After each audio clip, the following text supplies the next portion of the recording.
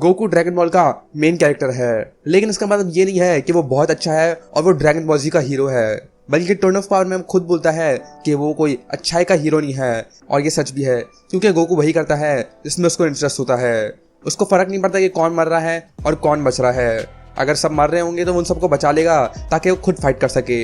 Dragon ball के अंदर Goku ने बहुत सारी अच्छी चीजें करी हैं, जैसे लोगों को बचाना और लोगों की मदद करना, लेकिन ये इसलिए होता है क्योंकि उसको स्ट्रॉन्ग ओपोनेंट से लड़ने में मजा आता है। और ऐसा बहुत बार हुआ है कि जब गोकू ने बहुत विलेन वाली चीजें भी करी हैं, लेकिन पूरे ड्रैगन बॉल के अंदर ये चीजें देखना बहुत ही मुश्किल है, क्योंकि गोकू को एक हीरो की तरह दिखाया जाता है। तो आज मैं तुम्हें बताने वाला हूँ टॉप 10 मोमेंट्स जहाँ गोकू एक विलन की तरह था। इसका मतलब ये नहीं है कि गोकू एक विलन है, इसका मतलब ये है कि गोकू सिर्फ सेल्फिश था और उसने अपने मजे के लिए एक डिसीजन लिया। और अगर तुम्हें लगता है मैं गोकू को हेट करता हूँ, तो मैं बिल्कुल नहीं करता, क्योंकि गोकू मेरा फेवरेट कैरेक्टर है। तो इस वीडियो को शुरू करने से पहले इस वीडियो को लाइक कर देना, मेरा चैनल सब्सक्राइब कर देना, और अगर तुमने मुझे इंस्टाग्राम पे फॉलो नहीं किया है तो वो भी जरूर से कर लेना। और अगर तुम्हें गेमिंग पसंद है तो मेरा दूसरा चैनल जरूर से विजिट कर लेना। So let's go. Number 10, instant transmission ना यूज करना।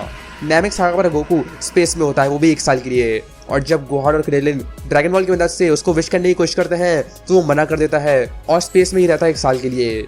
लेकिन इस टाइम के अंदर बहुत बुरी चीज होती है, और वो होती थी फ्रीजा।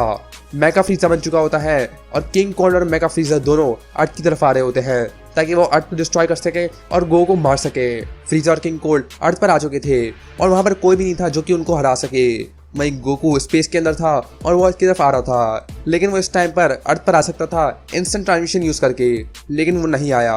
मेन टाइमलाइन के अंदर वो तो आ जाता है जब उसको बहुत देर हो जाती है, लेकिन ड्रैगन बॉल जी के अंदर फ्यूचर से ट्रंक्स आता है और वो दोनों किंग कोल्ड और फ्रीजा को मार देता है। अगर वहां पे ट्रंक्स नहीं होता तो गोकू वहां पर खुद आ जाता, लेकिन वो पहले आया क्यों नहीं? वो किस चीज का इंतजार कर रहा था? और अगर उस टाइम के अंदर फ्रीजा और किंग कोल्ड किसी को मार देते तो गोकू उसका क्या करता? तो ये एक और पॉइंट था जहाँ गोकू ने एक बहुत बड़ी गलती करी और वो बिल्कुल एक विलेन जैसा बन चुका था। उसने अर्थ को और अपने दोस्तों को फ्रीजा के हाथों छोड़ दिया था और खुद स्पेस में घूम रहा था। अच्छा वो ट्रंक्स आ गया, वरना वहां पे कुछ बुरा हो सकता था। नंबर 9, गोकू ने अपनी मेडिसिन नहीं ली। या डर से वापस आने के बाद गोकू को हार्ट वायरस लग जाता है, जिसकी वजह से वो मेन टाइमलाइन के अंदर मारा जाता है, और उसकी वजह से एंड्रॉइड्स आते हैं और सबको मार देते हैं और बहुत बहुत बहुत बुरी चीज़ें होती हैं। और इसलिए ट्रंक्स वापस आता है टाइम ट्रेवल करके ताकि वो गोकू को दवाई दे सके। वो गोकू को दवाई देता है और गोकू समझ भी जाता है कि वो मरने वाला है, लेकिन उसके बाद भी उसने दवाई ली ही नहीं।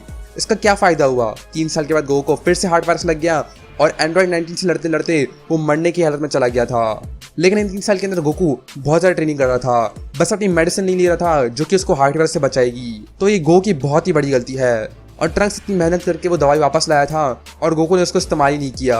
एंड्रॉइड 19 से हारने के बाद गोकू आधे वक्त तो बेहोश ही था। अच्छा वो वहाँ पे वेजिटा सुपर सैयन था और उसने एंड्रॉइड 19 को संभाल लिया, लेकिन अगर शायद गोकू ने मेडिसिन ले ली होती तो वो एंड्रॉइड 19 और डॉक्टर जीरो दोनों को रोक देते और एंड्रॉइड 17 और 18 कभी आते ही नहीं, और सेल ही मारा जाता कामी और पिकोलो के फ्यूजन से, तो सेल सागा के अंदर कोई प्रॉब्लम नहीं होती।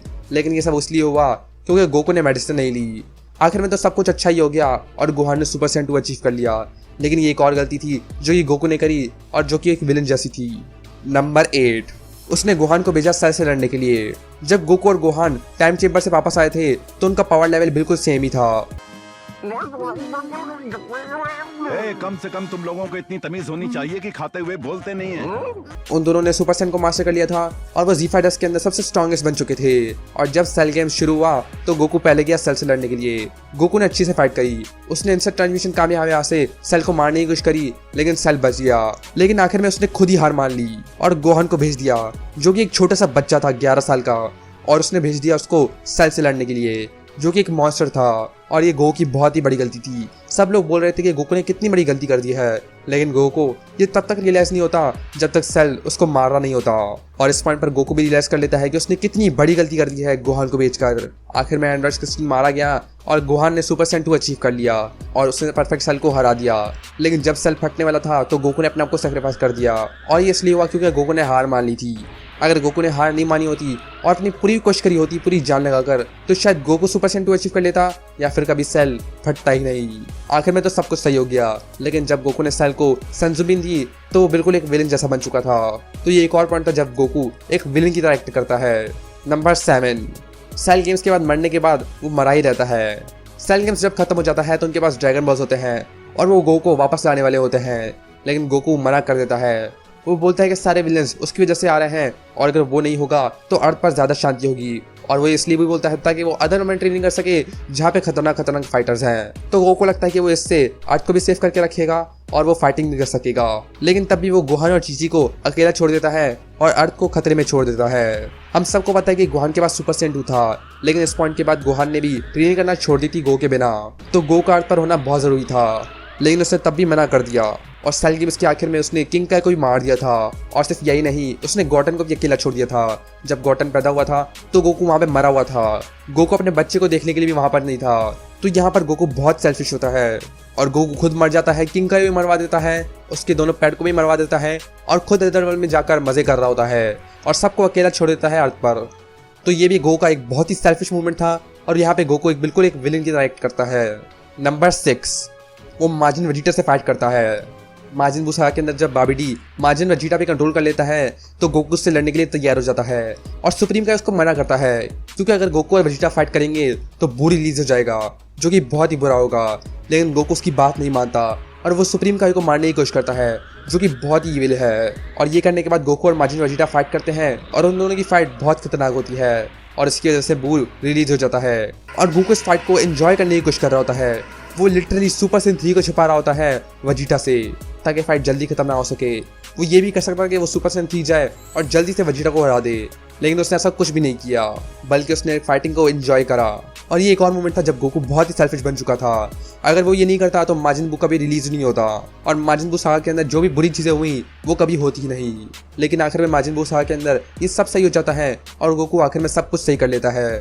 तो ये एक और मोमेंट था जब गोकू इविल चीजें करता है लेकिन आखिर में सब कुछ सही कर लेता है। नंबर 5, गोकू वर्सेस बू।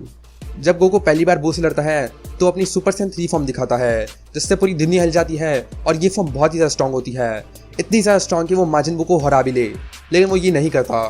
वो चाहता था कि नई जनरेशन माजिन बू को हराए और नई जनरेशन उसके बिना जी सके, और वो ये करने के लिए सुपर सेन 3 इस्तेमाल करता है और गॉटन और ट्रंक्स को फ्यूजन सिखाता है ताकि वो माजिन बू को हरा सके। लेकिन आखिर में बहुत बुरी चीज़ें होती हैं और बू गॉटन को ऑब्जर्व कर लेता है, गोहान को ऑब्जर्व कर लेता है और सब कुछ बुरा जाता है। आखिर में गोकू और वेजिटा को फ्यूजन करना पड़ता है ताकि वो बू से लड़ सकें, और आखिर में किड बू अर्थ को डिस्ट्रॉय कर देता है। एक पॉइंट पर गोकू खुद बोलता है कि वो अगर सीरियस होता तो वो माजिन बू को मार ही देता जब वो लड़ रहा था उससे पहली बार। तो ये गो की एक बहुत बड़ी गलती थी। गोकू अपने मजे के लिए उससे लड़ रहा था और यहाँ पर गोकू बिल्कुल एक विलेन की तरह एक्ट करता है, और ये भी एक और बुरी चीज़ थी जो उसने करी है। नंबर 4, वो विडाल और बुल्मा को इस्तेमाल करता है ओल्ड गाय के लिए। जब जी शॉट टूट जाती है तो उसमें से निकलता है ओल्ड गाय, जो कि कोई सुप्रीम गाय नहीं होता बल्कि एक थर की बुढ़ा होता है। और गोकू ये रियलाइज कर लेता है, उसको समझ आ जाता है कि मास्टर रोशी और ये बुढ़ा बिल्कुल सेम ही है। तो विडाल को इस्तेमाल करने लग जाता है और बुल्मा को इस्तेमाल करने लग जाता है अपने कामों के लिए, और वो चीची को इस्तेमाल नहीं करता जबकि वो उसकी वाइफ है। अगर आप हमें ये करने दो तो मैं आपको एक बहुत ही सुंदर लड़की से मिलवा सकता हूँ। यकीन मानो वो लड़की बहुत ही कमाल की है। मुझे लगा था आप लालच में आ जाओगे। वो आजकल काफी व्यस्त है, लेकिन मैं बोलूंगा। और ये चीज गोहान और वो वेजिटा के सामने बिल्कुल करता है। दोनों गोहान और वेजिटा उस पर गुस्सा हो जाते हैं। वेजिटा उससे बोलता भी है कि वो अपनी वाइफ को इस्तेमाल क्यों नहीं करता, लेकिन गोकू बोलता है क्योंकि बुल्मा ज्यादा खूबसूरत है। लेकिन ये कैसा सेंस बना रहा है। जो भी हो, आखिर में ओल्ड गाय ये मान जाता है और गोकू विडाल और बुल्मा को इस्तेमाल करके उससे अपना काम निकलवा लेता है। वो ओल्ड गाय को इस्तेमाल करने के लिए अपने बेटे की गर्लफ्रेंड और अपने दोस्त की वाइफ को इस्तेमाल कर रहा था। तो गोकू यहाँ पे बहुत ही इविल था, मतलब बहुत ही ज्यादा। लेकिन आखिर में सब कुछ सही हो जाता है और माजिन बू फाइनली खत्म हो जाता है। तो ये एक और मोमेंट था जहाँ पर Goku super super super evil था, मतलब सुपर इविल। और ये इसलिए एक और मोमेंट था जब गोकू इविल मॉन्स्टर बन चुका था। नंबर 3, उसने बीरस को फाइट करने के लिए चैलेंज किया। बैटल ऑफ गॉड सागा के अंदर जब गोकू किंग काय के पास ट्रेनिंग कर रहा होता है तो किंग काय उसको बताता है बीरस का, और उसको बताता है कि उसको चैलेंज बिल्कुल ना करे क्योंकि वो सबसे स्ट्रॉन्गेस्ट है। लेकिन जब बीरस वहाँ पे आता है तो गोकू उसको वहीं पर चैलेंज कर देता है, जबकि किंग काय ने उसको बोला भी था कि ऐसा ना करे। गोकू ने बीरस को चैलेंज किया और ऐसा एक्ट किया जैसे वो बीरस को हरा लेगा। लेकिन जैसे ही गोकू अपनी super Sen 2, super Sen 3 form में गया तो वो रियलाइज कर लेता है कि वो बीरस के सामने कुछ भी नहीं कर सकता। आई मीन लिटरली कुछ भी नहीं कर सकता। बीरस उसके साथ खेल रहा था और गोकू पूरी कोशिश कर रहा था, लेकिन तब भी कुछ नहीं कर पाया। उसने बीच बीच में किंग काय का पूरा प्लेनेट उड़ा दिया था और उसके बाद ही वो बीरस के हाथों हार गया। और ये गो के लिए बहुत ही बुरा था क्योंकि किंग काय ने उसको खुद मना किया था कि ऐसा ना करे। और सिर्फ यही नहीं, वो अर्थ पर जाता है और बीरस को फिर से फाइट करता है। इस बार उसके पास सुपर सेन गॉड फॉर्म होती है, लेकिन अगर ड्रैगन बॉल्स काम नहीं करते तो वो इस सिचुएशन के अंदर कुछ भी नहीं कर सकता था। और वो वीरस के हाथों मार जाता और साथ ही साथ वो अर्थ को भी डेंजर में लाता और अर्थ भी डिस्ट्रॉय हो जाती। तो ये एक और मोमेंट था जब गोकू बहुत ही बेवकूफ़ था और बहुत सेल्फिश एक्ट किया था। तो ये ऐसे एक और मोमेंट था जब गोकू एक विलेन बन चुका था। नंबर 2, उसने फ्रीज़र के साथ खेला।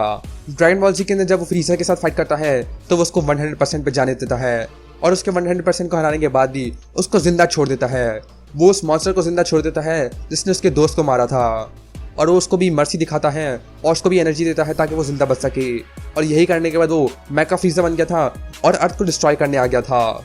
लेकिन सिर्फ यही नहीं, जब फ्रीज़र वापस आ जाता है रिजरेक्शन एफ के अंदर तो वो उससे फिर से फाइट करता है। गोकू अपनी सुपर सेन ब्लू फॉर्म में फ्रीज़र की वीकनेस रियलाइज कर लेता है और उसको हराने के बजाय वो उसको बोलता है कि वो वहाँ से दफा हो जाए और वापस आए जब वो ज़्यादा स्ट्रॉन्ग बन जाए। उसने फ्रीज़र को कितने ज़्यादा चांस दिए और फ्रीज़र तब भी इतना बुरा था कि वो वापस सबको मारने आ गया, लेकिन तब भी उसने एक और चांस दिया फ्रीज़र को और फ्रीज़र ने इसका इस्तेमाल करके गोकू को बुरी तरह मार दिया था। गोकू मरने की हालत में चला गया था और अगर वजीटा वहाँ पर नहीं होता तो फ्रीज़र को कोई भी नहीं रोक पाता। टोर्नेडो ऑफ पावर के अंदर वो फ्रीज़र को वापस रिवाइव करता है जबकि वो एक बहुत बड़ा खतरा भी हो सकता था। वो सबके खिलाफ जा सकता था और यूनिवर्स 7 को ख़त्म करवा सकता था। वो दूसरे यूनिवर्स से बात भी करता है ताकि वो उनकी साइड ले सके, लेकिन आखिर में वो गोकू की मदद करता है और टोर्नेडो ऑफ पावर वो जीत जाते हैं और इसके लिए उसको रिवॉर्ड भी मिलता है और वो होती है उसकी लाइफ और वो वापस आ जाता है। लेकिन इस पॉइंट पर गोकू ने फ्रीज़र से झूठ भी बोला था। फ्रीज़र की कंडीशन थी कि अगर वो टोर्नेडो ऑफ पावर जीत गए तो गोकू उसको ड्रैगन बॉल यूज़ करके वापस रिवाइव कर देगा, लेकिन ऐसा पॉसिबल नहीं था क्योंकि फ्रीज़र पहले से ही 2 दफ़ा रिवाइव हो चुका था और उसको फिर से रिवाइव नहीं किया जा सकता था।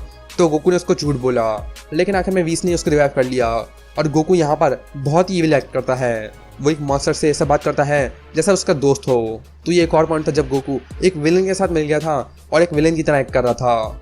नंबर 1, उसने टोर्नेडो ऑफ पावर स्टार्ट किया। ब्लैक गोकू सागा के बाद वो बहुत ही कमज़ोर बन चुका था और उसने नोटिस किया कि एक बंदूक की गोली भी उसको डैमेज कर रही है और तभी उसको याद आया ज़ेनो का प्रॉमिस कि वो एक टोर्नेडो ऑफ पावर रखेगा सारे मल्टीवर्स के साथ। और गोकू ज़ेनो के पास चला गया जबकि वीरस ने उसको मना भी किया था और ये करने के बाद ज़ेनो ने वो टोर्नेडो ऑफ पावर रखा भी। गोकू को लगा था कि ये अच्छा टूर्नामेंट होगा, लेकिन इसकी प्रॉब्लम थी कि जो भी यूनिवर्स हारेगा वो सब इरेज हो जाएंगे। इसका मतलब 12 में से सिर्फ 5 यूनिवर्सेस ही बचेंगे और ये देखकर सारे गॉड्स डर गए थे और वो गोकू एक विलेन मानने लग गए थे। उनको लगा था कि गोकू एक ऐसा विलेन है जो कि मल्टीवर्स को ख़त्म करना चाहता है और इसलिए वो ज़ेनो से ऐसे बात करता है और वो सबको ख़त्म कर देगा। ज़ेनो एग्जीक्यूशन मैच के अंदर सब उसको विलेन की तरह देखते हैं और वो ऐसे बात कर रहा होता है जैसे सब उसके दोस्त हैं। वो ज़ेनो से इतनी बुरी तरह बात कर रहा होता है कि गॉड्स को यकीन भी नहीं होता और टॉप को जब आता है तो वो भी उसको एक विलेन की तरह देखता है। सारे यूनिवर्सेस उसको एक विलेन की तरह देखते हैं और उन सब ने सोच लिया होता है कि वो सब लोग गोकू को टारगेट करेंगे टोर्नेडो ऑफ पावर के अंदर। और जब गोकू सबकी आंखों में एक विलेन बन चुका है वो तब भी खुशी खुशी सबको फाइट करने के लिए चैलेंज कर देता है और बोलता है कि सारे के सारे वॉरियर्स उसके पीछे आ जाएं और वो सबको हरा देगा। तो गोकू मेरा फेवरेट कैरेक्टर है और उसने सबको हरा भी दिया। आई लव गोकू, वो सबसे बेस्ट है। आखिर में उसकी वजह से ही सारे यूनिवर्सेस वापस आ गए और गोकू ने एक तरीके से सारे यूनिवर्सेस को बचा भी लिया क्योंकि ज़ेनो टोर्नेडो ऑफ पावर से पहले सोच रहा था कि वो यूनिवर्सेस को ऐसे ही रेस कर देगा, लेकिन इस टोर्नेडो ऑफ पावर के साथ उन यूनिवर्सेस को एक चांस मिल गया वापस रहने के लिए।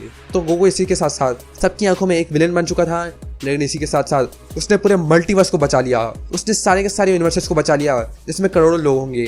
तो गोकू के हिसाब से वो कोई अच्छाई का हीरो नहीं है, लेकिन उसने बहुत अच्छे काम करे हैं और बहुत बुरे काम भी करे हैं। तो ये गोकू की बेस्ट बात है। तो गाइस तुम्हें इसके बारे में क्या लगता है? क्या तुम्हें लगता है कि गोकू कभी कोई इविल चीज कर सकता है? नीचे कमेंट करके बताओ। इस वीडियो को लाइक कर देना, मेरा चैनल सब्सक्राइब कर देना और नीचे कमेंट करके बताना कि मुझे और किस पे वीडियो बनाना चाहिए। मेरे चैनल को सब्सक्राइब कर देना और मैं मिलता हूं नेक्स्ट ड्रैगन वीडियो के अंदर।